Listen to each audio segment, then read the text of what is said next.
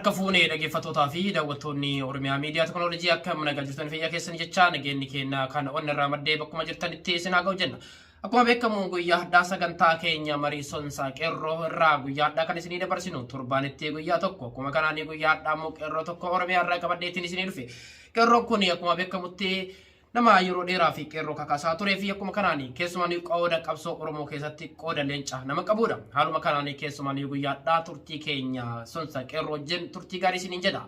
Mee asumaanii abdii guyyaa haddaa keessumaan karaa sonsaa qeerroo Oromiyaatti marii keenyaan wajjin gochuu fi karaa Oromiyaa Miidiyaa Teknooloojiitti baga dhufte. Isinillee baga nu eegdanii duraan dursee yaada galuun dura Oromiyaa Miidiyaa Teknooloojiin baay'ee ulfaadhaan jedhama. Akka qabsaa Oromoo tokkotti akka qeerroo Oromoo tokkotti yaadan qabu sagantaa sonsa qeerroo Oromiyaa irratti akkan dhiyeeffadhu waan uummata koonni fayyada jedhee yaadu akka qabsaa tokko akka nama tokkotti akkan dhiyeeffadhu sinan affeertaniif baay'ee ulfaadhaa galatoom jedha.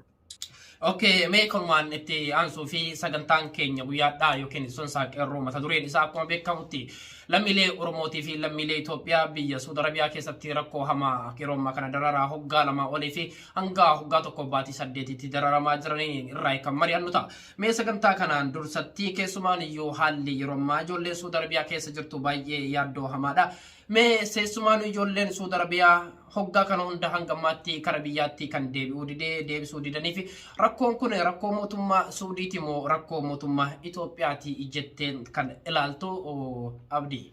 Faaddu yaadoo keenya gaafii bareedaadha. Kuma 120 oltu mana hidhaa garaagaraa keessa jira. Jiruu azaabaa keessa jiranii jiruu dhala namaatiif hin malle keessatti lammiin keenya uummanni keenya ijoolleen keenya dararamaa jiranii dararaa baddu akka agartuu duulli ijoolleen kun eegalan yeroo ammaa guutuu addunyaa walgahii feestaalii sadarkaa uffannoo irra geenyee jirra. Namni hundi guutuu namni Oromoof yaada jedhu dhibee ijoollee kanaa dhibamaa jira. Wanti ijoollee kanarra ga'aa jiru, wanti uummata kanarra ga'aa jiru akka nama lammiif quuqamuu tokkotti guutuun Oromoo namni quba qabu hirriba rafaa hin jiru. Baay'ee waan nama jibbisiisudha jaarraa kana keessa. Yeroo kanatti akkas dhala namaa irratti yeroo raawwatamu lammii kee irratti keessattuu hogguu raawwatamu argitee callisuu caalaa haalli dhabame guyyuunu yeroo wanti akkas dhala namaaf hin malle isaan irra ga'aa jiru kanatti callisanii baay'ee waan namatti ulfaatu. Kanaafuu namni ormis firris wanti beekuu qabu uummanni addunyaallee wanti nu beekuu qabu lammii 100,000 lakkaa'amu yeroo ammaa jiruu dhala namaaf hin malle keessa jira jechuudha. Dhumaatii duguugaa guddatu uummata keenyatti raawwatamaa jira. Deebii dhabanii, sagalee dhabanii, gargaarsa dhabanii, abbaa dhabanii jechuudha. 100,000 lakkaa'amutu mana hidhaa biyya Suudii keessatti dhumataa jira jechuudha. Kanan jedhee gara gaafii keetiitti seenaa gaafii bareedaa na gaafatte. Rakkoo kanaaf abbaan eenyu? Mootummaa Suudiiti moo mootummaa Itoophiyaati? Oromootu waa mammaa qabeete saa abbaa gaafa cabse ormi ija balleessaa jedhani. Kanarratti Oromoo xiqqaa guddaan abbaan fedhe jaalattee jibbitee dhugaan beekuu qabnu tokkotu jira. Suudii waa takka nuun goone yoo galata nurraa qabaate malee numaan jechuudha. Rakkoo siyaasaa wal qabatee rakkoo dippiloomaasii wal qabatee wanti kun haa uumamu. Waa takka wanti inni godhe hin jiru wanti uummata kanallee godhe hin jiru. Kana rakkoo kana fidee uummata keenya fixaa jiru mootummaa Itoophiyaati. Rakkoon maddiisii mootummaa Itoophiyaati. Mootummaa biltsiginnaati yoo jedhu. Namoota achi keessa jira ijoollee achi keessa dararamaa jiran dubbiseen ture namoota kana dura hidhamanii ba'anillee dubbiseen ture. Gaafa namni wayii seeraan alaa achi deemee foodaan qabame imbaasitu jira. Qoonsilaa achi jirutu jira. Foormii guuchisiiftee baajata nyaataa ramaddee kan xiyyaara ramaddee kan galfatu siidha. Ormi siin galchu. Namni keenya kan dhumataa jiruuf rakkoo mootummaa Itoophiyaan uummata kanarratti murtii hamaa dabarseef. Abbaan hin qabnu jechuudha. Mee abdii waan kanarratti keessumaan iyyuu rakkoon mootummaan Itoophiyaa ijoollee kana kara biyyaatti deebisuu diduuf hoo maalidha jettee ilaalta? Keessumaan iyyuu lammiileen kun lammiileen Oromoo yeroo hedduu fi keessaanuu biyya Saudi Arabiyaa keessatti baqatanii yookiin ammoo jireenya isaanii fooyyeffachuu fi akkuma kanaan rakkoo mootummaa walitti qabaniif jecha namoonni hedduun biyyarra bahee biyya Saudi Arabiyaatti keessaan jiraachaas ture. Gaafa ammaa kana osoo hin taane gaafa Mallas Zeenaawis lammiileen keenya kan miidhamanis ammoo mootummaan Itoophiyaa kana dura yookiin Mallas Zeenaawiin ijoollee miidhaman karaa Suudiitti deebisee yookiin baajata mootummaa Suudii irraa fuudhaatis ture yookiin kaasaa malee sirraan fudhadhu jechaanii ture. Haa ta'u mootummaan Itoophiyaa yeroo ammaa kana Abiyyi Ahmad ammoo sababa maaliif ijoollee kana biyyatti isiniin deebisu jechaa jira jettee ilaalta? Baay'ee gaafii bareedaadha. Rakkoon mootummaan Itoophiyaa ijoollee kana akka dararamaniif haala dhala namaatiif hin malleessaniif isa dirqe akka godhullee isa taasise osoo biyya qabanii osoo abbaa qabanii jala awwaachuu dhabe rakkoo lama kana ifatti beekuu qaba namni hundi. Tokko rakkoo siyaasaati. Tokko rakkoo siyaasaati. Tokko rakkoo siyaasaati. Akkuma beektuu mootummaan kuni meenilii ajjecha Hacaaluun asitti uummata Oromoo biratti imeejii inni qabuu fi uummanni Oromoo akkamii akka ilaalaa jiru na beekta. Kanaaf namni hundi ifa. Akka diinummaa irra labsee uummata Oromoo irratti gocha hamaa raawwatee jira. Uummanni Oromoo illee humna qabuun balaaleffatee jira. Kanaaf rakkoo siyaasaati wagguusiin jedhu ijoolleen kun gaafa mootummaan kun uummata Oromoo irratti balaa garaagaraa dararaa garaagaraa gaggeessu roorroo garaagaraa gaggeessu sagalee illee biraan hafne sagalee fiixaa turan uummata Oromooti. Horii illee biraan hafne warra qabsaa'ota Oromoo illee sabboontota Oromoo biyya keessa ta'anii falmatan illee waan qaban gaafa gochi hamaa uummata Oromoo biyya keessatti raawwatamullee sagalee ta'aa turan. Akkuma yaadattu yeroo dhiyoo foodaampil gaafa hayyoonni keenya mana hidhaadhaa ba'an hooggantoonni Oromoo mana hidhaadhaa ba'an mana hidhaa san keessatti jiruu du'aa osoo jiranii isaanii dhagahamuu baate iyyanii akka isaan ta'an ni beekta. Rakkoo siyaasaa ta'uu siin jedhu isa kana. Haala kiyya isaan fidee gara gocha hamaa kiyya ijoollee kana ol ba'ee dubbataa jira akka diinaatti addatti baase politikaalii akka namni kun dararamu irratti murteessee afaan qabatee cal'ise. Inni tokko isa kanaadha. Rakkoo siyaasaati. Siyaasaaf jecha kan ijoollee kana fixaa jiru. Ijoolleen kun baay'ee irra caalaan isaanii fuuni roorrotu biyyaa baase. Kaani jirutu biyyaa baase. Haa ta'u karoorroon biyyaa baafte illee kan jiruun biyyaa baafte illee gaafa Oromoon rakkatu gaafa goobantoonni uummata Oromoo irratti dararaa geessisan takka hin cal'ifne qabsoo Oromoolee tumsaa turan miidhama Oromoolee lallabaa turan. Kanaaf rakkoon ijoollee kana wajjin qabu rakkoo siyaasaati. Rakkoo siyaasaatiif kan inni lammaffaan ammoo dantaa uummata Oromoo waan hin qabneef mootummaan kun na amani odoo uummanni achi dhumataa jiru kun nafxanyaa ta'e guyyaa lama bulu miidiyaan biyya kanaa iyyisiisee qaata galani. Ifatti Oromoo bakka ani dhimmi Oromoo nan galu diina kiyya jedhee waan ifatti nutti garsiise natti fakkaata. Rakkoo lamaan kanaa fi ijoolleen kun dararaa hamaa kana akka keessummeessan kan irratti murteesse kan calliseef jechuudha.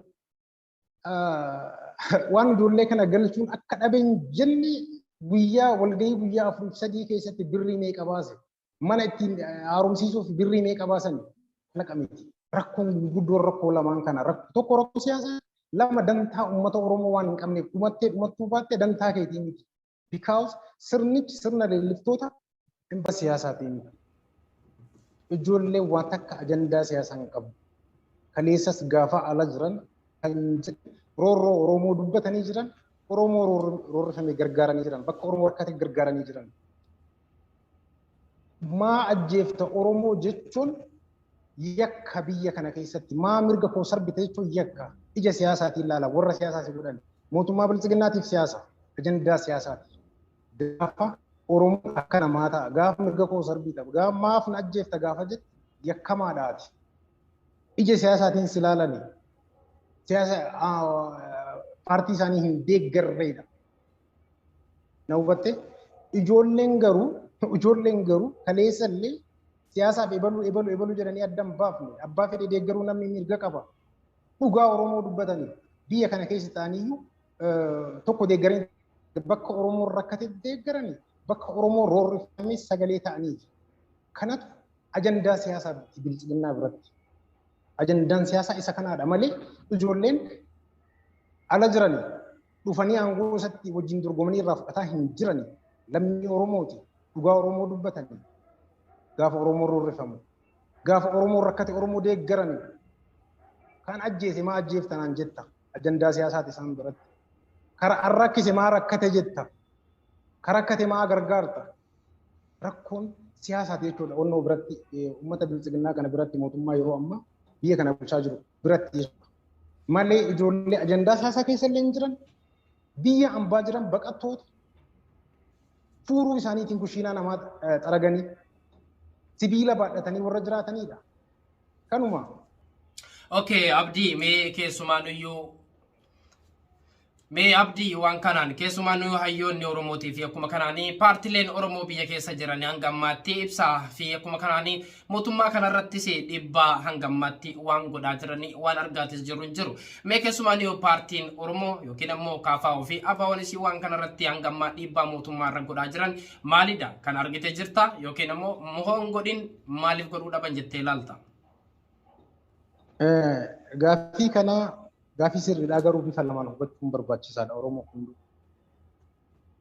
Jalqaba isaan lachi ibsa tokko baasanii jiran natti fakkaate gama danda'aniin hanga an beekutti dhiibbaa uumaa jiran dhiyeennaan hanga an beekutti dhiibbaa uumaa jiranii bifa barreeffamaatiin xalaatiin mootummaa kanaaf galchanii jiranii KFO'n keessoo hanga an beekutti dhiyeenyaan hanga hubannoo qabutti harka jalaatiin ol hin baane malee dhiibbaa godhaa jiran. Bifa kanaan tokkoffaan bifa kanaan hubachuun barbaachisaadha. Inni lammaffaan ammoo paartileen siyaasaa Oromoo biyya kana keessa biraatiin Oromoo rorrifamaa jiru kan biraatiin adda miti. Hunduma keenyattu duulli geggeeffamaa jira. KFO waan taateef miti, ABO waan taateef miti. Oromoo waan taateef har'a sirratti geggeeffamaa jira. Dhiibbaan isaanirra jiru dhiibbaa salphaa miti. Gaafattullee deebiin argattu sirnichatu waan isaan hin hirmaachifne.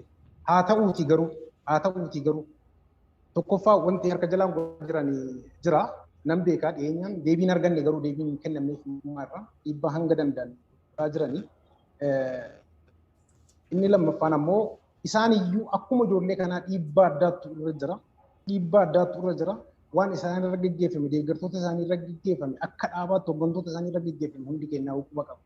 Kana hubachuun barbaachisaa. Haa ta'uuti garuu paartileen kunniin akkuma ati jette roorroon fedhallee irra haa jiraatu. Dhiibbaan jalaan godhanillee akkuma jirutti haa ta'u. Gadi ba'anii karaa uummanni Oromoo beekuun kaleessallee uummata Oromootiif qabsaa'anii uummata Oromootiif dararaa hedduu dhamanii dararaan kana caaltu uummata Oromoo irra geettu waan hin jirreef ifatti gadi ba'anii ifatti karaa uummanni beekuun karaa miidiyaaleen addunyaa beekuu danda'aniin gadi ba'anii yeroon dubbatan ammaan jedhee namana. Okay, Abdii galatoomi mee kanumaas maleesii hayyoonni Oromootii fi akkuma kanaanii haati siinqee biyya san keessa jirti. Haati siinqee aadaa Oromoo keessattis akkuma beekamutti yookiin mootummaa naannoo Oromiyaa irrattis haa ta'u akkuma kanaan mootummaa federaalaa irrattis haa ta'u haati siinqee akka aadaa Oromootii fi akka duudhaa biyya keenya keessattis keessumaanuyyuu lolli tokkos yookiin ammoo balaan tokko yoo bu'e haati siinqeetii fi abbootiin gadaa bahaniiti biyya saniif yookiin lola sanillee dhaabani. Lolli kanaaf yookiin badiin kanaa ol jirus hin jiru. Haati siinqeetii fi abbootiin gadaa hanga ammaatti ijoollee kanarratti yookiin dhimma ijoollee Suudi Arabiyaa kan hoggaa tokkoo fi hanga baatii 8 akkuma kanaan haga hoggaa 2 kan maaliif cadhisan? Taanii maaliif laalan? Lammiin kan ammoo isaaniif gaachana yookiin lammii isaan gargaaraa ture miti. Gaafa rakkatanii fi yookiin gaafa rakkoo fi gaafa bal'oos ijoolleen kun adda durummaadhaan qabsoo keessattis taanaan akkuma kanaan rakkoo Oromootis taanaan ijoollee adda durummaadhaan keessumaanuyyuu sochii garagaraa godhan maaliif irratti callisan hanga ammaa kan mootummaa maaf hin gaafanne jettee ilaalta? Gaaffii baay'ee bareedaadha. Gaaffii uummanni Oromoo hedduun gaafataa jirudha. Dhiyoo kana nama biyya irra gaafatee ture. Abbootiin gadaa eessa jiranii? Jedheen gaafadheen ture. Jiranii dhugaa abbootii gadaa jiramoo abbootii garaatu yeroo ammaatti. Abbaan gadaa Oromoof hin quuqamne gaafa Oromoon dhumatu cal'isee duggoo kaadileen aangoof uummata fixu itti laattuuf afaan qabatee cal'isu abbaa gadaa miti sun abbaa garaati. Inni Oromoo beekuu qaba. Isinillee warri abbootii gadaa ofiin jedhan asirratti waan tokko dhaamuuf hin barbaada. Abbootii gadaa warri ofiin jettanii yeroo ammaa olee gadi fiigdan. Abbaa gadaa jedhamu maqaan gaha miti. Abbaa gadaa kan nama goosisu hojii keeti waan kaleessa bayyanaan sanbatoo hojjete sanaan yeroo uummanni Oromoo akkasitti dararamutti har'allee isiin kaadirame jala dhiichifti. Durgoma funaannataa galti. Gadi baatee bari hayyoonni Oromoo gaafa hidhatan hin dubbanne bari wal fixxee bari nu ilaallatu jettee bari. Gaafa abbootiin gadaa dhumatan bari yookaan hanga jarri dhimma isaaniitiif wal loltee waan hojjette waa dubbachuu eegalan bari. Ajjeechaa Oromoo biyya kana keessatti jedhan beekee aannan qodaa gochuumaatti Oromoon barsiisuun uummaatu. Haga jigee miti haga hafi ol qabanii jedhan. Haga jigee miti hanga hafi ol qabanii jedhan. Odoo isin jirtanii odoo nu warra abbaa gadaati jedhan jettanii odoo sirna gadaa warra gaggeessaa nu jirra jettanii Oromoon dhumataa jira. Ka darbee dhiisaa amma gabbanii nutti haa mul'isanii. Sila kaadireen si sodaachifte qofaaf gadi cadhisii warra nama ajjeesaa jiru wajji iyyi jiru eessa jira? Eessa jira? Amantaan iddoo hunda jirti. Baay'ee abbootii gadaa jechuun abbootii gadaallee jedhi abbootii amantaallee jedhi kaadireedha. Haadha siiqqeellee jedhi kaadireedha. Warra isaanii harka dha'u qofa. Okay, mee abdii waan kanarratti keessumaan iyyuu erguma kanaan kana jenne hawaasni Oromoo biyya keessa jiruu fi biyya alaa jiru hoo waan kanarratti maal godhuu qaba? Yookiin immoo hayyoota Oromoo biyya alaa keessa jirtu akkuma kanaan qeerroo fi qarreen Oromiyaa keessa jirtu hoo maal godhuu qaban dhimma ijoollee Saudi Arabiyaa kanarratti hoo maal godhan falli dhufa jettee ilaalta?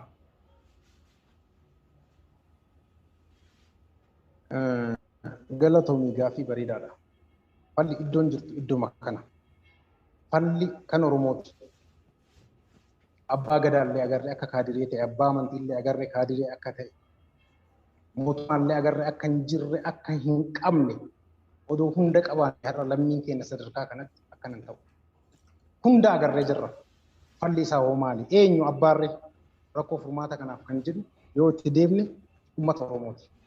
Hawaasni Oromoo biyya alaa fi biyya keessaa jirtan guutuutti akka dhaggeeffatanii barbaadaa irratti dhaamsa akka qeerroo Oromiyaa tokkotti nuti warri injifannoo keenyaan dhiigaaf lafee keenyaan ergattummaa wayyaanee jalaa isaan baafne aangoo itti laanne injifannoo keenya dabarsinee isaanii kennine masaraa galchine waan nu godhaa jiran agartan gantaa uummata Oromootiin qaban abbaan iyyatu ollaan namaa birmata jedhan gaafata callifti namni sii birmatu osoo nu warra dhaabbi'eedhaarra Oromoon duuneera warra odoo jirru feestaalii uffanneedhaadha feestaalii jaarraa kana keessatti biyya alaa keessa salphannee akka sabaatti duune hin jirru duuti kana caalaa Oromoo mudachuu hin dandeessu. Oromoon gaafa duute walii bootu gaafa jirtu walii hin birmanne Oromummaan akkasii nullee hin fayyaddu yoo diinaan hin bitte malee sirni nama nyaataan kaleessa Oromoo nyaate harkaaf harma mure har'allee Oromoo feestaaliitti uffisee jira har'allee Oromoo mana irratti gubaa jira. Kanaaf kan falmatee ofirraa buqqisu waan tokko kun barbaachisaadha. Kun wanna eegamu sabni akka sabaatti gaafa gabrummaa ameen jettee fudhatte akka sabaatti gaafa roorrisuuf salaatte fudhatte sodaattee manatti galte kanuma kasi mudatu. Ati jabaattu Oromisi kabaja. Ati jabaattu mirgi kee eegama kabajama. Bilisummaa Oromii mana siif hin jiru. Hawaasni Oromoo gadi ba'i. Yeroon isaa amma rafnee jirra kanaa ol nu ga'a. Odoon duguugamne uummanni Oromoo achi keessatti wallaahi du'aniiti kan du'e illee irraa baasuu dadhabanii guyyaa 2-3 reefu hojii oola. Uummata kana wajjin dhiiga haqqisee kan du'e agarra. Dubartii irra waan ga'aa jiru agarra. Awwaalallee dhabee reefi isaanii teessanii darbamaa. Kanaaf yeroon kana caalaa yeroon biraa eegnu hin jiru. Duuti kana caalaa nuti duunu hin jiru. Oromoo alaaf keessaa wal ta'ii dammaqii lubbuu uummata kee baraarii dhaamsa kooti. Mee sagalee kana dhaggeeffannee walitti deemnee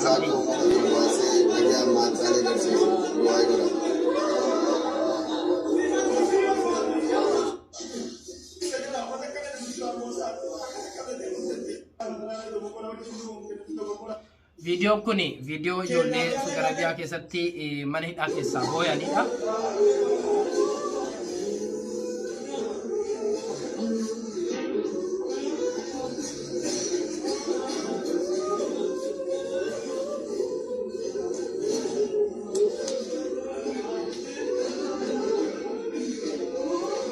Mee abdii haawwan keenya akkuma kanaan haati siinqee abbaan gadaa akkuma kanaan haati ijoollee kanneenii yoo ilmaan isaanii akkanatti mana tokkotti walitti qabamanii imimmaan isaanii akkanan roobsan kan du'e irraa gabbaasuu didanii kan deesse akkuma deessetti ilma wajjin duute ulfi osoo garaa jiru ulfa wajjin duute uffata dhabdee uffata ittiin martuu fi uffata ittiin awwaalannis dhabanii peestaaliidhaan akkanatti yoo maranii amma kana awwaalli ilmaan Oromoo peestaalii fi akkuma kanaan tallaajaa ta'e kanatti maaltu sittis dhagama maaltu immoo uummata Oromootitti dhagama.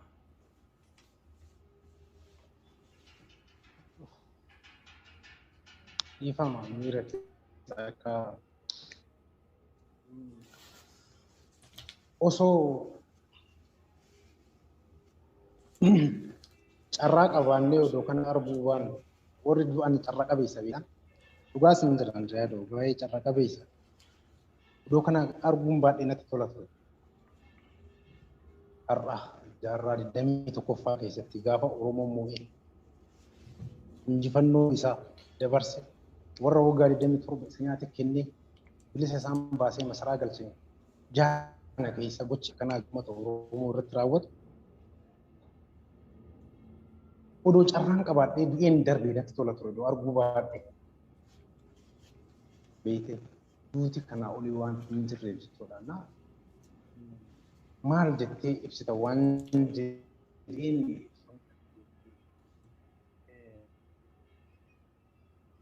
du'uun obbaafachuudha jedhee haaceen beekta. Akkasillee duuti ni obbaafatta beektee kana osoo arguu baatte jaarraa kana keessatti Oromoon akka sabaatti salphatee akka dhaabbiitti du'ee abaa dhabee maali badiin saba kana maali uummanni kun maal godhee jara kana viidiyoo maal godhee uummanni kun nama keessa badiin saba kana qe'ee namaa hin dhaqne mirga namaa hin tuqne nama najjeefne mana ajjeesinaa jedhe maaluma badiin saba kana bara bara ka'amma. Mee viidiyoo kana dhaggeeffannee agar walitti deebinaa abdii. Akka gaarii argatanii naannanii nuutanii fayyadamtanii bakka beela waltanii garaa jirtan yaa uummata keenya obboleewwan keessa isaa keessatti waan jiru kanas akkuma keessa nama takkaanii dacharaan kusisallee yoo ni danda'a. Silallee carraa kun ni ga'a. Akka bakka gaarii jirta of agarta. Diinonni ni dhufee, feesbuuka ni dhufee, chaalaan jedhee, geerii bakka ta'ullee osoo namni keessatti dhiiga dhufee boo. Osoo uummanni keessatti dhiiga dhufee dhufu. Osoo obboleewwan keessatti dhumaa jiran akka gaarii nu bira cacabatanii akka waan namni deemaa gaarii keessatti dhufu nu bira booddee akka jiratan waan nu jira. Wallahi tokkoon kee bara sagalee dhugaa. Dhugaa jiree waliin tokkoon kee dhugaa sagalee dhugaa. Gaafa kalmanni gaafa dhufe faana dalagalanii. Mee keessumaanuu ijoolleen akkana dubbatan ijoollee mana hidhaa keessa jiran ijoollee akkuma argaa jirru kanatti mana hidhaatiin dhaamsa hawaasa Oromoo idil addunyaa jiruu fi hawaasa Oromoo biyya keessa jiruufis abbootii gadaatiif akkuma kanaanii abbootii amantiis akkuma kanaan mootummaas qabatee waan irraa dubbachaa jiran kan waliin dhagaa jiru. Mee sagalee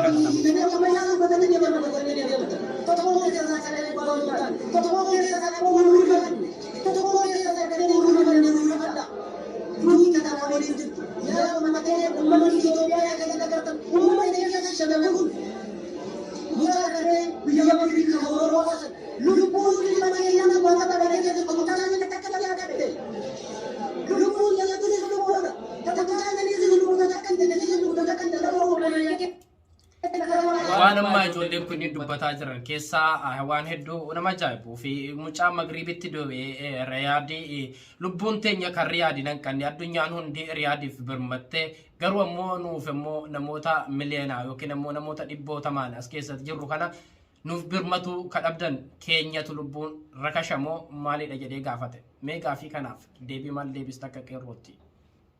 Waan jettullee sitti ulfaata. Nuti abbaan qabnu walillee hin qabnu tokkummaallee hin qabnu gaafa tokkummaa hin qabaanne gaafa walii hin qabne gaafa salphatti gaafa gabrummaa hin jettee fudhatama akkasii ga'u akkanatti duuta duunee jedhama dhaloota kana osoo arguu baanne ani akka nama arguu baay'ee natti tola ture. Ga'uullee baay'ee natti tola ture. Jaarraa kana keessatti beektaa akkas dhala kee irratti akkas waan lama nu guba baay'ee beektaan tokko sabni Oromootu oduu uummanni ishee akkasitti dararamu ishiin galtee rafu ishiin galtee onnee nagaa nyaattee baatee kolfite na ajaa'ibdi manni Oromootu. Lama roorroo ormi nurra geessu gaafa laalu nu gubadha. Filannoo biraan qabnu yaadoo. Okay, Abdii galatoomii ulfaadhuu keessumaanuyyuu guyyaa hadhaa sagantaa marii sonsa qeerroo irratti guyyaa hadhaa dhuftee sagalee ijoollee Suudi Arabiyaatiif yookiin ammoo rakkoo yeroo ammaa kana ijoollee Suudi Arabiyaa mudataa jiru irratti waan mariin wajjin gooteef ulfaadhuu galatoomii horii bulii deebanii siin jedha sagantaa keenya kanumaan xumurra.